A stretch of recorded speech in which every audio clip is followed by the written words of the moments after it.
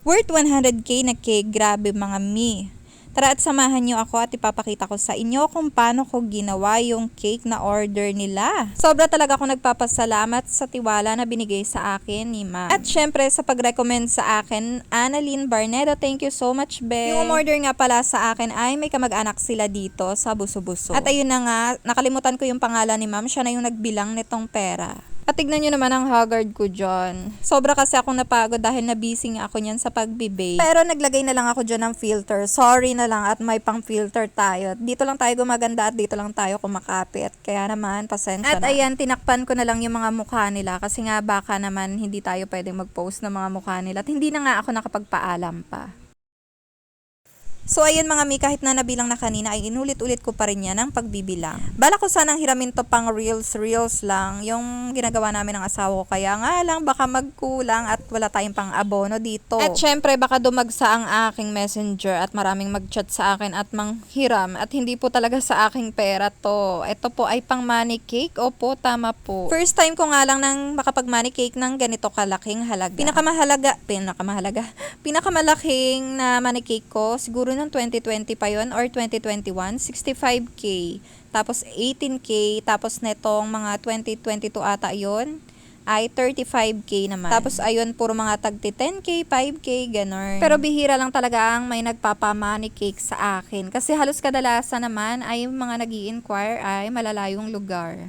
Yun nga yung mga nakakapanood ng aking video. Pero netong first week ng August ay dalawa yung nagpa-money cake sa akin. Natutuwa lang ako mga mi. Sobrang tagal ko na nga palang hindi nagbablog ng mga tungkol dito sa cake. Nagkaroon po kasi ako ng pinakamabigat na bio. Kaya naman ayan, nagtampo na ako kay Lolo M. Pero ito, hindi naman yan naging hadlang at i-vlog pa rin natin to. At sana naman mga mi ay suportahan nyo pa rin ako dito sa pag-upload ko sa bago kong page. Dito ko nga i-upload yung mga cake vlog ko. Sa mga magtatanong, ang gamit ko nga pala dito na plastic ay 3x10 or 10x3 na size. Yung plastic ng yellow, nilalagyan ko lang siya ng scotch tape. So ayan, ang tagal ko nga ditong natapos dahil ako nga lang yung nagbalot neto at hindi na nga ako nagpatulong pa. So ayan, pagdudugtong-dugtongin lang natin yan. At ayan, mamaya pa natin yan isa-sanitize. At ayan, ganyan nga ako magdugtong ng mga pera. Pareho silang nakaharap at dapat ay hindi nakatalikod yung iba dyan para maganda naman yung pagkakahila nila at maayos, 'di ba?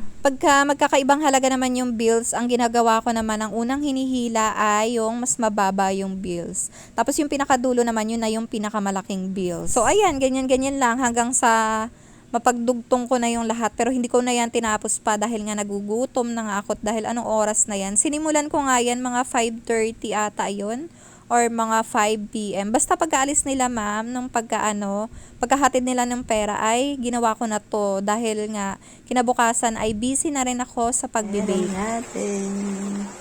Tapos bibilang-bilangin pa natin.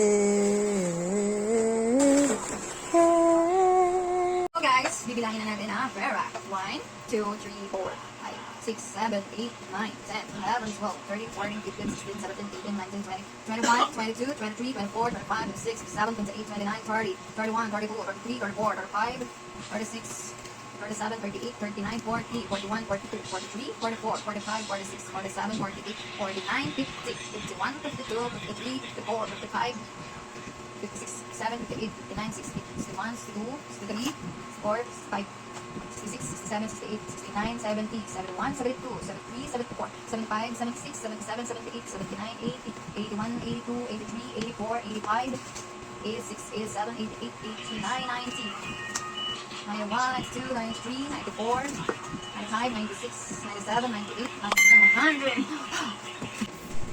So ayan, pagod na yarn. Siguro mga 8 p.m. na to kasi kumain pa nga muna kami. At inaantok na, napiyok pa. At inaantok na nga ako niyan sa ginagawa ko. Ayan, niro-roll ko lang siya sa Zago straw. Tapos, aalisin natin yung hangin ng plastic. Kaya naman ginugupit ko siya. Kaya kumukuha ako dyan ng gunting. Inaalis ko yung hangin para hindi naman siya makapal pagka niro-roll natin. Pagkasama kasi yung hangin, medyo makapal yung kalalabasan nito.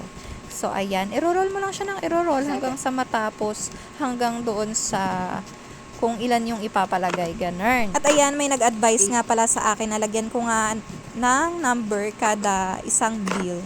So, ayan, hanggang 100 yan, mga mi. Para hindi na tayo malito at hindi na natin uulit-ulitin pa yung pagbibilang. Okay guys, ulitin natin, namatay kasi yung video. Ito yung mahirap pagka nalito ka. Uulitin mo na naman ang uulitin. Kaya, hindi tayo pwede ma-distract. So, ganyan, uulitin na naman natin. Kasi nga, na-pull na yung ating gallery. Grabe, nakakapagod pa naman ito guys. Ang sakit sa daliri.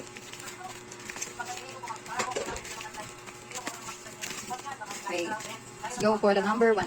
Begin. At ayan mga mi, inulit ko na nga rin siya ulit at sinulat ko na nga dito muna yung serial number kada bill.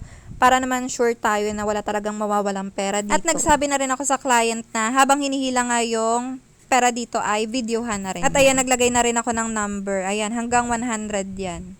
At ayan, ganito na nga siya kakapal mga mi. Sobrang kapal nito mga mi, kasing laki na siya ng kamao ko. Mas malaki pa. At ang laki rin talaga ng tinabas ko dito sa cake.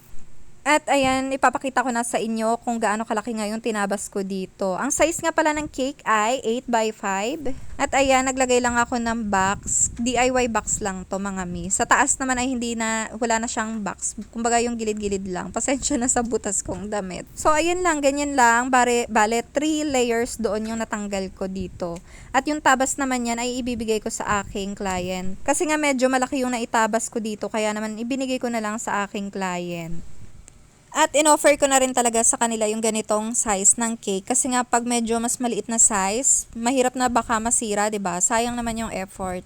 Sayang naman yung pag-roll natin ng money cake kung palpak naman yung pagkakahila. Actually guys, kasya pa rin pala siya. Yung 100 bills, kasya pa rin pala siya sa 8x4. Kasi yung 8x5 ko ay 4 layers siya. So, 3 layers lang yung natanggal ko dito. Hindi ko siya sinagad na hanggang baba yung pagtanggal ko ng mga tabas kasi nga mahirap na yung wala masyadong makapitan yung cake. Kasi ang mangyayari niyan ay yung gilid-gilid lang yung magiging pundasyon niya. Dun sa baba, iniwan ko pa rin siya para buo pa rin yung pundasyon niya sa baba. Nakakapit pa rin yung mismong cake. At ayan yung mga tabas mga min, nilagay ko siya sa 750 ml na tab, so napuno ko naman siya. At ayan, nilagay ko na dyan yung pera at yung hihilain dito ng celebrant ay yung bilog. At ayan, naglagay lang ako dito ng takip na pa-box. Naggupit lang ako ng rectangle. Nilagay ko siya dito sa taas para hindi madumihan yung ating pera habang hinihila. Hindi kumapit yung mga icing, yung mga cake. Hindi ko alam o ako lang ba yung ganito. Mas komportable talaga ako pagka naglalagay ako ng ganito, pagka nagmamani. At ayan mga mi, masyado nang napahaba yung video natin. Sana naman ay nanonood pa rin kayo. Pero ayan, ipa-fast forward ko na.